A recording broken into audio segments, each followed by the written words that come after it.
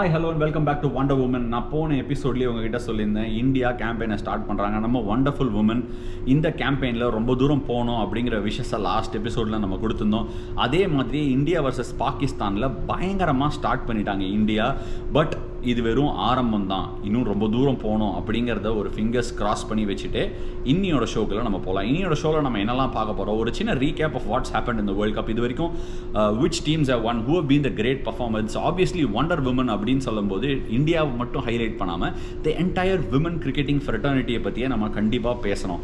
ஏகப்பட்ட batting performances, ஏகப்பட்ட bowling performances already வந்து குவிஞ்சிட்டு இருக்குங்க இந்த வேர்ல்டு கப்பில். இந்த வேர்ல்டு கப்பில் ஒரு பயங்கர நோட்டபிளான ஃபேக்ட் என்னென்னா, காமெண்ட்ரியோட குவாலிட்டி அவுட்ஸ்டாண்டிங்காக இருக்குது. இது வரைக்கும் அம்பையரிங் குவாலிட்டி கூட அவுட்ஸ்டாண்டிங்காக இருக்குது அப்படின்னு சொல்லிட்டு இன்னியோட எபிசோடில் நம்மளோட ஸ்டார்டிங் துவக்கமே வந்து இந்தியா வர்சஸ் பாகிஸ்தானில் என்ன நடந்தது அப்படின்னு நம்ம பார்த்து தெரிஞ்சுக்கலாம். இந்தியா வர்சஸ் பாகிஸ்தான் இந்த கேம் வந்து ஒரு பிளாக் பஸ்டர் ஈவெண்ட் இந்த கான்டெக்ஸ்ட் ஆஃப் எப்படி ரெண்டு கண்ட்ரிலையும் எப்படி பார்ப்பாங்க அப்படின்னு சொல்லிட்டு. Obviously India went in favourites in to this game அப்படின்னு சொல்கிறதுல தவறே கிடையாதுன்னு நான் நினைக்கிறேன். ஏன்னா இந்த கேமையும் சேர்ந்து இந்தியா 11 out of 11 பாகிஸ்தானை அடித்து வீழ்த்திருக்காங்க. ஆப்வியஸ்லி இந்தியன் டீம் வந்து பாகிஸ்தான் டீமில் இருக்கிற பிளேயர்ஸோட நிறையா கிரிக்கெட் விளையாடுறாங்க அப்படிங்கிறதுல ஒரு சந்தேகமே இல்லாத ஒரு ப்ரூஃப் இருந்தால் கூட பாகிஸ்தான் ஏகப்பட்ட நல்ல பர்ஃபார்மன்ஸஸை கொடுத்துருந்தாங்க. இந்த மேட்ச்சில் டாஸ் வின் பண்ண இந்தியா ஆல்ரெடி யூஸ்டு பிச், அதாவது பே ஓவலில் ஆல்ரெடி யூஸ் பண்ணப்பட்ட ஒரு பிச். அதாவது என்னன்னா, ஒரு 5-6 வென்யூஸில் இந்த உலகக்கோப்பை விளாடுறாங்க. ஸோ என்ன பண்ணுவாங்கன்னா, ஃபேஸ் வைஸ் மேனரில் இந்த வென்யூவில் சில டீம்ஸ் விளாடுறாங்க, இந்த வென்யூவில் சில டீம்ஸ் விளாடுறாங்க அப்படின்னு சொல்லி தான் ஸ்டார்ட் பண்ணுவாங்க காம்படிஷனை.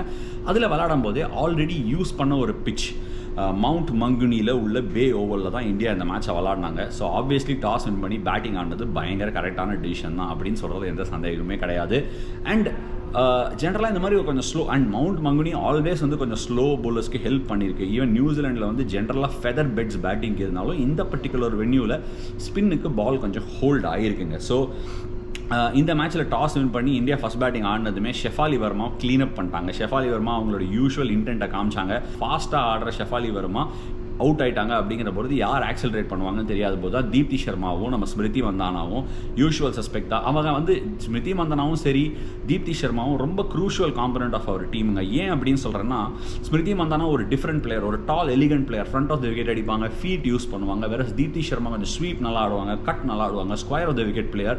ரெண்டு பேருமே லெஃப்ட் ஹேண்டர்ஸ். இவங்க இருந்தாங்கன்னா நிறைய டீமில் இருக்கக்கூடிய லெஃப்ட் ஆர்ம் ஸ்பின்னர்ஸ், இந்த காம்படிஷனில் இருக்கக்கூடிய லெஃப்ட் ஆர்ம் ஸ்பின்னர்ஸ் ரொம்ப க்ரூஷுவலான ஒரு ஃபேக்டருங்க.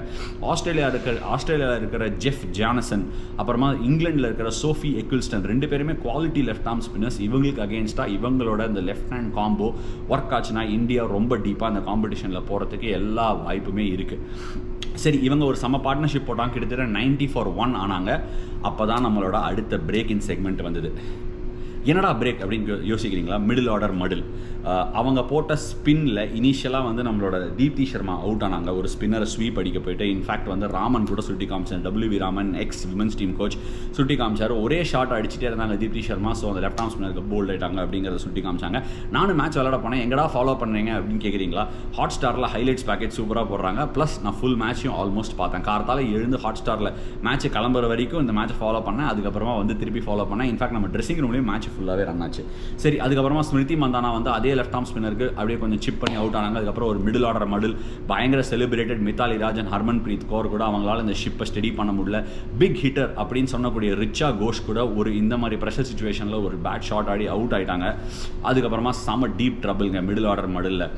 நான் ப்ரிவியூலேயே உங்ககிட்ட சொல்லியிருந்தேன், ஸ்னே ராணா அப்படிங்கிற கிரிக்கெட்டரை பற்றி பாருங்கள். வாழ்க்கையில் நிறைய துன்பங்களை சந்திச்சிருக்காங்க, டீமை விட்டு வெளியே போனாங்க, நிறைய கஷ்ட நஷ்டங்களை அனுபவிச்சு டீமுக்குள்ளே திரும்பி வந்திருக்கிற போது ஒரு வேறு மாதிரி ஒரு வெரைட்டியாக வந்திருக்காங்க. Off spinning allrounder Deepti Sharma எப்படி ஒரு ஆஃப் ஸ்பின்னர் லெஃப்ட் ஹேண்ட் பேட்டோ, இவங்க ஆஃப் ஸ்பின்னர் ஒரு right hand bat. Sneh Rana மற்றும் பூஜா வஸ்திராக்கர் அவங்களோட பேட்டிங்காக அவ்வளோவா தெரியப்படாத ஒரு பிளேயர். அவங்க போலிங் தான் மெயின் அப்படின்னு இருந்தால் கூட இந்த மேட்ச்சில் அவங்க எப்போவுமே ஒரு பவர் பேக்ட் டைனமைட் பிளேயர்னு சொல்லலாம். பேக் ஃபுட்டில் பஞ்சஸும் கட்டும் வச்சு நிமித்திட்டாங்க இந்த மேட்ச்சில்.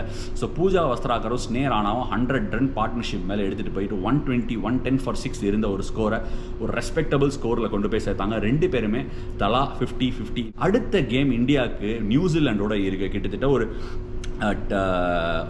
கிட்டத்தட்ட ஒரு மேசிவ் விக்டரி ஆஃப் 107 ரன்ஸ் சொன்னால் கூட அடுத்த மேட்ச் ஹோம் டீமான நியூசிலாண்டை சந்திக்க போகிறாங்க 10ஆம் தேதி மார்ச் அன்றைக்கி. கண்டிப்பாக அந்த மேட்ச்சுக்கு அவங்க சப்போர்ட் தேவைப்படும். எதுக்குடா பிரேக் பண்ணி அங்கே போகிறேன் அப்படின்னு கேட்குறீங்களா? பிரேக்குக்கு அப்புறம் இந்தியாவோட போலிங்க்கு வரலாம். சரி, அப்படியே கட் பண்ணி இடத்த மாற்றணும் அப்படின்னா நியூசிலாண்டோட ஆடக்கூடிய மேட்ச் இந்த தடவை எவ்வளோ ஒரு ஸ்டிஃப் காம்படிஷனாக இருக்கும் அப்படிங்கிறத உங்ககிட்ட ப்ரெசென்ட் பண்ணலாங்கிறதுக்காக தான் நியூசிலாண்ட் அண்ட் வெஸ்ட் இண்டீஸ் கேமுக்காக எடுத்துகிட்டு போகிறவங்கள. நியூசிலாண்டுக்கும் வெஸ்ட் இண்டீஸ்க்கும் நடந்த கேம் ஒரு ஹார்ட் பிரேக்கிங், ஒரு க்ரன்ச் கேம். அதாவது ஒரு கேம், அதாவது எப்படின்னா ஹார்ட்டெல்லாம் நின்று போச்சுங்க, பிளட் ப்ரெஷர்லாம் மேலே போகிற மாதிரி ஒரு கேமு. விமன்ஸ் கிரிக்கெட் நீங்கள் ஃபாலோ பண்ணலன்னா, இந்த வேர்ல்டு கப்பில் நடந்திருக்கிற ஃபஸ்ட்டு 2-3 கேமை நீங்கள் ஃபாலோ பண்ணலன்னா உங்களோட ஒரு லூசர் யாருமே கிடையாது கிரிக்கெட்டில். ஏன் அப்படின்னு சொல்கிறேன்னா, விமன்ஸ் கிரிக்கெட் கொஞ்சம் ஸ்லோவாக போகும், இப்படி போகும் அப்படின்னு போகும்னு நினைக்கிறவங்களுக்குலாம் அந்த கேமும் ஆஸ்திரேலியா இங்கிலாந்து, அதுக்கு கொஞ்சம் நேரத்தில் வரேன், இந்த 2 கேமும் என்ன ஒரு எக்ஸிபிஷன் ஆஃப் ஸ்ட்ரோக் பிளே, என்ன ஒரு exhibition of holding the nerve அப்படிங்கிறதுக்கு இந்த West Indies and New Zealand game ஒரு உதாரணங்க.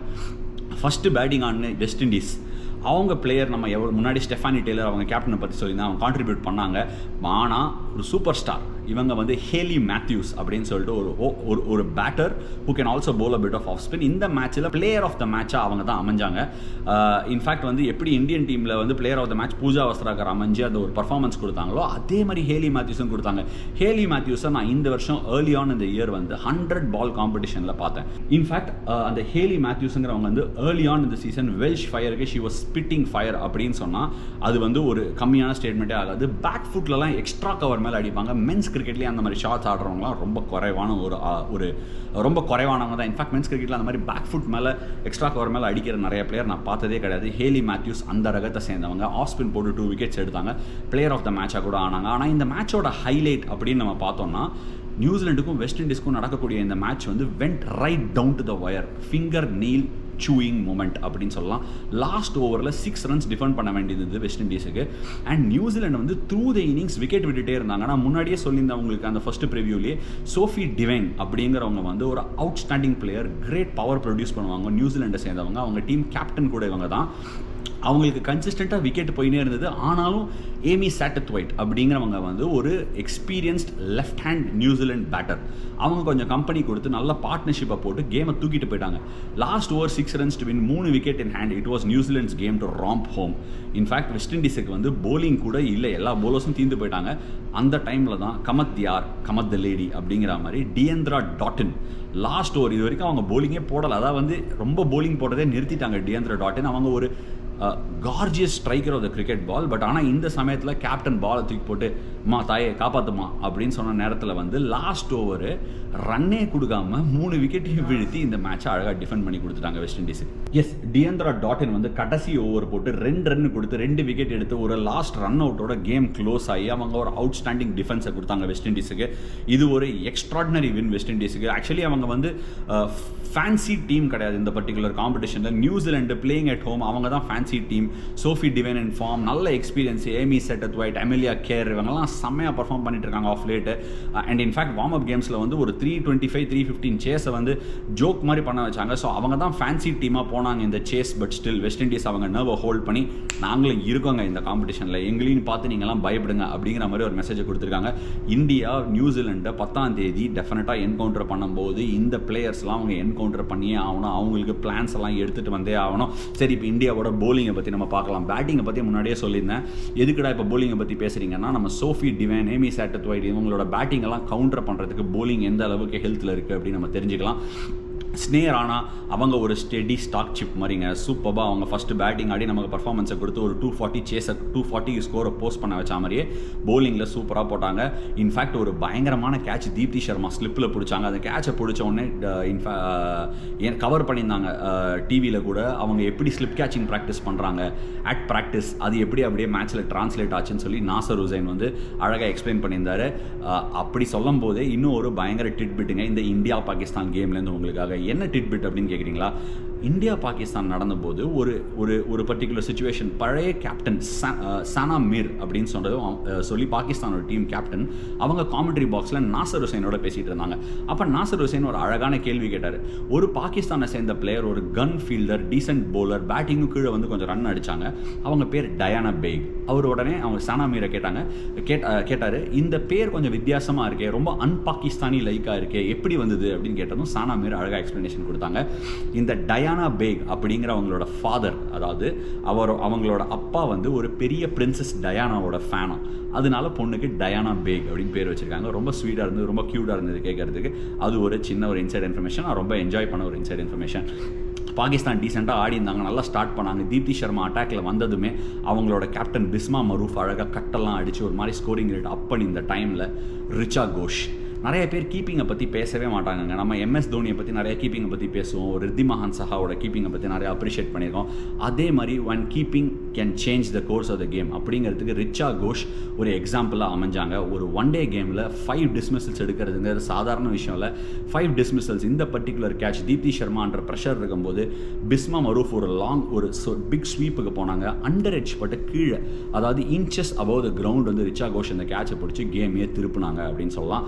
அந்த கேட்சை பிடிச்சதுலேருந்து பாகிஸ்தான் ஒரு டீப் ட்ரபிள். இந்தியா ஒரு சோக் ஹோல்டர் போட்டாங்க. யூஷுவல் சஸ்பெக்ட்ஸ் ராஜேஸ்வரி கைக்வாட் வந்து ஸ்டெடியாக போட்டு ஒரு ஃபியூ விக்கெட்ஸ் எடுத்தாங்க. அதே மாதிரி ஸ்னேர் ஆனா ஸ்டாண்டர்ட் பர்ஃபார்மன்ஸ் அப்படின்னு ஒன்று என்னதான் மித்தாலி ராஜ் எக்ஸ்பீரியன்ஸ்டாக கை கொடுக்கலனாலும் பேட்டிங்கில் ஜுலன் கோஸ்வாமி விடுவாங்களா? ஜுலன் கோஸ்வாமி வந்தாங்க, 2 விக்கெட்டை சூப்பராக எடுத்தாங்க. அகைன் ரிச்சா கோஷ் 2 கேட்சை பிடிச்சாங்க.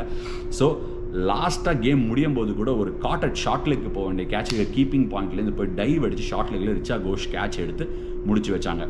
இன்ஃபேக்ட் பாகிஸ்தான் வந்து ரிவ்யூஸ் எல்லாம் லூஸ் பண்ணி ரிவ்யூஸ் இல்லாமல் இருந்தது. கடைசியில் ஒரு LBW டிஸ்மிஸ்லையும் இந்த கேட்சை கூட அவங்களால சேலஞ்ச் பண்ண முடியாமல் போச்சு. ரீப்ளேஸ்லாம் வந்து பெருசாக ஒன்றும் காட்டலை, அதில் எதுவும் இல்லாத மாதிரி. பட் இந்தியா வந்து ராம்ப்ட் ஹோம் டு விக்டரி, பயங்கர கான்ஃபிடென்ட்டாக இருப்பாங்க. இன்னும் ஒரு மேஜர் ப்ளஸ்ஸுங்க, நிறைய பேர் நம்ம மேட்சை பார்க்கும்போது ரன் அடிக்கிறவங்க, விக்கெட் எடுக்கிறவங்கள பார்ப்போம், இந்த மாதிரி ரிச்சா கோஷ் கேட்ச் பிடிச்சாங்கிறத பார்ப்போம். பட் ஒரு இக்னோர்டு ஃபேக்டர், மேக்னா அப்படின்னு சொல்கிறவங்க வந்து நியூ பால் ஷேர் பண்ணாங்க. நியூ பால் போலிங் போடும்போது ரொம்ப காலம் கழிச்சு முன்னாடி ஷிகா பாண்டே ஒரு பெரிய இன்ஸ்விங்கர் போட்டிருந்தாங்க. ஷார்ப்பாக குட் பஸ்லிங் ஆக்ஷனோட ஒரு நல்ல அவுட் ஸ்விங், பியூட்டிஃபுல்லாக ஸ்விங் பண்ணுறாங்க. அந்த பியூட்டிஃபுல் ஸ்விங் வந்து நமக்கு கை கொடுக்கும் இந்த டோர்னமெண்ட்டில் டீப்பாக போகும்போதுங்கிறது என்னோட ஒரு ஸ்ட்ராங் ஃபீலிங்கு. அந்த ஒரு ஃபேசட் ஆஃப் த கேம் இந்தியாவுக்கு எப்போவுமே கொஞ்சம் லேக்கிங்காக இருந்தது விமன்ஸ் டீமுக்கு. அந்த பிளேயர் அந்த பர்டிகுலர் காம்பனண்ட்டை கண்டிப்பாக எடுத்துகிட்டு வந்து நமக்கு ஒரு எட்ஜை கொடுப்பாங்க லேட்டரான இந்த காம்படிஷன்லங்கிறத என்னோட நம்பிக்கை. ஹோப்ஃபுல்லி அவங்கள பேக் பண்ணுவாங்கன்னு நினைக்கிறேன். நிறைய விக்கெட் எடுக்கல, ஒரு விக்கெட் தான் எடுத்தாங்க. பட் அவங்களால நியூ பாலில் டேமேஜ் பண்ண முடியும் அப்படிங்கிறது என்னோட ஒரு பர்டிகுலர் ஒப்பீனியன். நியூசிலாந்து மேட்சுக்கு ரொம்ப தேவையான விஷயங்கள் நமக்கு நிறைய டிக் பண்ண வேண்டிய பாக்ஸஸ் இருக்குங்க. மிடில் ஆர்டர் மடில் ரொம்ப வந்து ஒரு என்கரேஜ் பண்ணக்கூடிய ஒரு விஷயம் கிடையாது. Harmanpreet Kaur warm up மேட்சஸ்லாம் நல்லா 100 அடிச்சு பர்ஃபார்ம் பண்ணியிருந்தாலும் அந்த மிடில் ஆர்டர் ஸ்டெபிலிட்டியில் அவங்க மித்தாலி ராஜ் மற்றும் தீப்தி சர்மா கண்டிப்பாக இன்னிங்ஸை 40th ஓவருக்கு வரைக்கும் எடுத்துன்னு ஆங்கர் பண்ண பார்க்கணும். ஏன்னா பூஜா வஸ்திராகரும் ஸ்னேர் ஆனாவும் ரிச்சா கோஷும் ஒரு 38-40 ஓவர்ஸ்க்கு அப்புறமா வந்தாங்கன்னா அவங்களால ஒரு ஸ்ட்ராங் ஃபினிஷ் எடுத்துகிட்டு போயிட்டு ஒரு பார் ப்ளஸ் ஸ்கோர் போட முடியும். இந்தியா கன்சிஸ்டண்ட்டாக ஒரு ஆஸ்திரேலியா, நியூசிலாந்து, இங்கிலாண்டெல்லாம் சேலஞ்ச் பண்ணி இந்த காம்படிஷனில் ஃபைனலையும் போய் ஜெயிக்கணும் அப்படின்னா 300 ஸ்கோர் போர்டில் கண்டிப்பாக போஸ்ட் பண்ண முடியணும். அதே மாதிரி 280, 290 சேஸ் பண்ணவும் கற்றுக்கணும். அப்படிங்கிறதுனால இந்த மிடில் ஆர்டர் நமக்கு ரொம்ப ஒரு க்ரூஷியல் ஃபேசட்டாக இருக்க போது. மிடில் ஆர்டர் நல்ல ஒரு ஃபெவிகாலாக இருந்துச்சு அப்படின்னா டாப்பில் இருக்கிற ஸ்மிருதி மந்தானா, ஷெஃபாலி வர்மா ஆக்சிலரேட் பண்ணி நல்ல கேம் எடுத்துகிட்டு போகலாம். லோவர் ஆர்டருக்கு ஒரு நல்ல குஷன் கிடைக்கும். இதான் அவங்க நியூசிலாண்டோட கண்டிப்பாக பண்ணியே ஆகணும். போலிங்கில் நல்ல பாக்ஸஸ் ஸ்டிக்காக இருக்குது. ஸ்பின்னர்ஸ் ப்ரெஷர் கிரியேட் பண்ணணும். ஏர்லி ஆன் விக்கெட்ஸ் எடுக்கிறதுக்கு ஜுலான் கோஸ்வாமி இருந்தாலும் மேக்னா கிட்டேருந்து கொஞ்சம் எதிர்பார்ப்புகள் இருக்கும். ஏன்னா அவங்க கிட்ட ஸ்கில்லும் இருக்குது, எபிலிட்டி அண்டர் ப்ரெஷர் அது மட்டும் அவங்க டிக் பண்ணாங்கன்னா அவங்களும் ஒரு பெரிய எக்ஸ் ஃபேக்டராக இந்த காம்படிஷனில் இருக்கிறதுக்கு வாய்ப்பு இருக்குது. சரி, இவ்வளோ தூரம் பேசிட்டே எதுக்குடா இந்தியா 280, 300 அடிக்கணும் அப்படின்னு நீங்கள்லாம் யோசிச்சுட்டு இருக்கீங்க அப்படின்னா அதுக்கான ஒரு எடுத்துக்காட்டு தாங்க நான் இப்போ பேச போகிற கேம். இங்கிலாண்டும் ஆஸ்திரேலியாவும் already have played the match of the tournament அப்படின்னு சொன்னால் அது மிகையாகாது. ஏன் அப்படின்னு சொல்கிறேன்னா ஒரு high scoring game at Hamilton ஆடிருக்காங்க 2 பேரும். அண்ட் அந்த கேம் நீங்கள்லாம் பார்க்க மிஸ் பண்ணியிருந்தீங்க அப்படின்னா கண்டிப்பாக அது ஒரு பெரிய நஷ்டங்க. தயவு செய்து நீ எங்கடா பார்த்த அப்படின்னு கேட்குறீங்களா? நான் ஹாட் ஸ்டாரில் போய் கண்டிப்பாக அந்த ஹைலைட்ஸை பார்த்தேன். அந்த ஹைலைட்ஸ் பேக்கேஜே வேறு மாதிரி இருந்ததுங்க. என்ன டிஸ்பிளே ஆஃப் ஸ்ட்ரோக்ஸு, என்ன ஸ்ட்ரைக்கிங் ஆஃப் த பால், என்ன சேஸு, என்ன கேட்சிங், என்ன போலிங், சான்ஸே இல்லைங்க. Outstanding game. தயவு செய்து உங்கள் டைம் எடுத்து ஒரு 14-15 மினிட்ஸ் எடுத்து இந்த மேட்சை போய் பாருங்கள். ஆஸ்திரேலியாவோட ரேச்சல் ஹெய்ன்ஸ் வைஸ் கேப்டன், அவங்களோட 100 was almost trumped by Nat Sciver 100 for England. Natalie சிவருங்கிறவங்க ஒரு middle order batter, Rachael Haynes அப்படிங்கிறவங்க ஒரு top order left hand batter for Australia. அவங்க தான் vice captain of the team. Rachael Haynes at the top of the ஆர்டரும் மற்றும் அவங்களோட captain Meg லானிங்கும் 2 பேரும் ஒரு எக்ஸ்ட்ராடினரி பார்ட்னர்ஷிப் போட்டாங்க. ரெக்கார்ட் செகண்ட் விக்கெட் பார்ட்னர்ஷிப் போட்டாங்க. மெக் லானிங் 100 ஒரு விஸ்கரில் மைலிறகளை மிஸ் பண்ணிட்டாங்க. பாயிண்டில் ஒரு outstanding catch by Tammy Beaumont யாருன்னு யோசிக்கிறீங்களா? லாஸ்ட் இயரும் நம்மளோட 2017 வேர்ல்டு கப் ஆடினவங்க. ஓப்பனிங் பேட்டர் ஃபார் இங்கிலாந்து, செம்ம ஸ்டெடி பேட்டருங்க. England consistent run getter, rank 3 in the ICC ranking for women's in one day cricket. அவங்களும் இந்த மேட்ச் ஒரு 50 போட்டாங்க, ஒரு 70 ஆர்டு போட்டாங்க. அவங்களால பெரிய ஸ்கோர் பண்ண முடியல ரேச்சல் ஹெய்ன்ஸ்னால. ரேச்சல் ஹெய்ன்ஸ் அடித்த மாதிரி அவங்களும் ஒரு 100 அடிச்சிருந்தாங்கன்னா கண்டிப்பாக இங்கிலாந்து இந்த சேஸை ட்ரம்ப் பண்ணியிருப்பாங்க. முதல்ல பேட்டிங் ஆடின ஆஸ்திரேலியா ரேச்சல் ஹெய்ன்ஸ் மெக் லானிங்கோட பார்ட்னர்ஷிப் பின்னாடி போயிட்டு எக்ஸ்ட்ராடினரியாக லாஸ்ட் 4 ஓவர்ஸில் 10 runs per over ஆடி 310 போஸ்ட் பண்ணாங்க. எஸ், எலிஸ் பெரி கடைசி ஓவரில் வந்து அழகாக ஆக்சலரேட் பண்ணி ஒரு 13-14 runs இந்த ஓவர் அடித்து 310 ஒரு நல்ல ஃபினிஷ் கொடுத்தாங்க. சரி, 310லாம் சேஸ் பண்ணுவாங்களா இங்கிலாந்து அப்படின்னு யோசிச்சுட்டு இருக்கும்போது ஃபர்ஸ்ட் ஓவரே விக்கெட்டை இழந்துட்டாங்க இங்கிலாந்து. அவங்களோட ஒரு இம்பார்ட்டன்ட் பிளேயரை ஏர்லி ஆன் லூஸ் பண்ணிட்டாங்க. பட் ஸ்டில் அந்த இம்பார்ட்டன்ட் பிளேயர் யார் அப்படின்னு நீங்கள் யோசிச்சுட்டு இருப்பீங்க. லாரன் வின்ஃபீல்ட் ஹில் அப்படிங்கிற ஓப்பனிங் பேட்டரை ஃபஸ்ட் ஓவர்லேயே செகண்ட் ஓவர்லேயே அவங்க விக்கெட்டை லூஸ் பண்ணிட்டாங்க. ஒரு பயங்கர ஒரு ஹெவி டேமேஜ் ஸ்டார்ட் தான். அங்கேருந்து டாமி பொமாண்ட் பியூட்டிஃபுல்லாக செட் பண்ணாங்க. அவங்களோட கேப்டன் ஹெதர் நைட் வந்தாங்க. அவங்களும் இவங்களும் சேர்ந்து ஒரு நல்ல பார்ட்னர்ஷிப்பை போட்டாங்க. அதுக்கப்புறமா ஹெதர் நைட்டோட விக்கெட் போயிடுச்சு. சரி, மேட்ச் போயிடுச்சு. விமன் கிரிக்கெட்டில் இதுக்கு மேலே பஞ்ச் பண்ணி எடுத்துகிட்டு போவாங்களா அப்படின்னு நினச்சிட்டு இருக்கிற சமயத்தில் நட்டாலி சிவர் வந்தாங்க. நட்டாலி சிவர் யாருன்னு உங்களுக்குலாம் தெரியல அப்படின்னா அவங்களோட பேட்டிங் அந்த மேட்ச்சில் போய் பாருங்கள். அவுட்ஸ்டாண்டிங் பேட்டருங்க. என்ன ஒரு பவர் ஹிட்டிங், அவங்களோட கிறிஸ்ப் ஹிட்டிங், அவங்க கட்ஸ், அவங்க பஞ்ச், அவங்க pickup over mid off and mid on அவுட்ஸ்டாண்டிங்காக இருந்தது. அவங்களும் டாமி பொமாண்ட் அவுட் ஆனதுக்கப்புறம் அவங்களும் சோஃபியா டங்க்லி அப்படின்னு சொல்லக்கூடிய England batter, middle order batter மாதிரி டிஃப்ரெண்ட்டான ஷாட்ஸ்லாம் ஆடுவாங்க, ஒரு இனோவேட்டிவ் ஷாட்ஸ்லாம் ஆடுவாங்க. 2 பேரும் ஒரு பார்ட்னர்ஷிப்பை போட்டு கேமை எடுத்துகிட்டு போயிட்டாங்க. இங்கிலாந்து ஜெயிச்சிருவாங்கன்னே நினைக்கும் போது தான் அவங்களோட ஆஸ்திரேலியாவில் ஒரு லெக் ஸ்பின்னர் இருக்காங்க, அவங்க பேர் கிங். ஷேன் வானோட ட்ரிபியூட், அவரோட டிமைஸுக்கு ஒரு எடுத்து காட்டுற மாதிரியே outstanding spell of leg spin bowling போட்டாங்க. ஒரு 3 விக்கெட்ஸை வீழ்த்தினாங்க. அது மட்டும் இல்லாமல் கடைசியில் அவங்க கொஞ்சம் ரன்னுக்கு போனாங்க. ஏன்னா அவங்களுக்கு ஹெல் ஃபார் லெதர் போயிட்டு இங்கிலாந்து ரன்ஸ் அடிக்க வேண்டிய சுச்சுவேஷன் வந்து நாட்லி சிவர் அடித்தாங்க. அப்புறம் கேத்ரின் பிரண்ட் வந்து அடித்தாங்க. ஃபைனலாக சோஃபி எக்கிள்ஸ்டனுங்கிறவங்க இங்கிலாந்துக்கு லாஸ்ட் ஓவரை போட்ட மாதிரியே ஜெஸ் ஜானசன் அப்படிங்கிற ஆஸ்திரேலியாவோட hallmark legendary left arm spinner தான் லாஸ்ட் ஓவர் போட்டாங்க. இங்கிலாந்து வந்து ஜஸ்ட்டில் மிஸ் பண்ணிட்டாங்க. அவங்களால எடுக்க முடியல. 13 runs ஆஃப் லாஸ்ட் பால் வேணுங்கிற போது கூட தூக்கி அடிச்சு லைனில் கேட்ச் அவுட் ஆகிட்டாங்க. ஆனால் ரொம்ப இன்ட்ரெஸ்டிங்கான ஒரு விஷயத்தை நோட் பண்ணாங்க இந்த கேமில். லாஸ்ட் ஓவர் போடும்போது இந்த மென்ஸ் கிரிக்கெட்டில் கூட இந்த இனோவேஷன் நடக்காது. ரன்ஸ் ஜாஸ்தியாக தேவைப்படுது, பால்ஸ் கம்மியாக இருக்குங்கிற போது ஸ்பின்னரோட போலிங்கில் கூட கீப்பரை பின்னாடி வச்சு போட்டாங்க. எதுக்கு எட்ஜில் இல்லை ஒரு ஸ்வீப்பில் 4 வரணும் அப்படின்னு சொல்லிட்டு கீப்பரை பின்னாடி வச்சு ஜெஸ் ஜானசன் பால் போட்டாங்க. அது பார்க்குறதுக்கே பயங்கர இனோவேட்டிவாக இருந்தது. அதே சமயத்தில் women are thinking and they playing cricket at top level அப்படிங்கிறதுக்கு அது ஒரு எக்ஸாம்பிளாக அமைஞ்சுது. ஏகப்பட்ட கிரேட் பர்ஃபார்மன்ஸஸ். நீங்கள் நம்புங்க என்ன, நான் திருப்பி சொல்கிறேன், இந்த கேமை தயவு செய்து போய் பாருங்கள். Women cricket and this world cup எந்த அளவுக்கு குவாலிட்டி கிரிக்கெட்டை ப்ரொடியூஸ் பண்ண போகிறது அப்படிங்கிறதுக்கு ஒரு எடுத்துக்காட்டு. இந்த டீம்ஸை பீட் பண்ணுறதுக்கு இந்தியா கிட்ட டெஃபினட்டாக அம்யூனிஷன் இருக்குது. அந்த அம்யூனிஷனை அவங்க ஷார்பன் பண்ணினே போனால் we are in for an outstanding world cup அப்படின்னு சொல்லிட்டு இந்த எபிசோட் ஆஃப் வண்டர் உமனை நான் முடிவுக்கு கொண்டு வரேன். Thank you so much for joining me. இந்தியாவுக்கும் நியூசிலாண்டுக்கும் March 10th அன்றைக்கி மேட்ச் இருக்குது. கண்டிப்பாக ஃபாலோ பண்ணுங்கள். Support our girls because our wonder women are going to leave no stone unturned to try and win this World Cup. Thank you so much for joining me on this episode.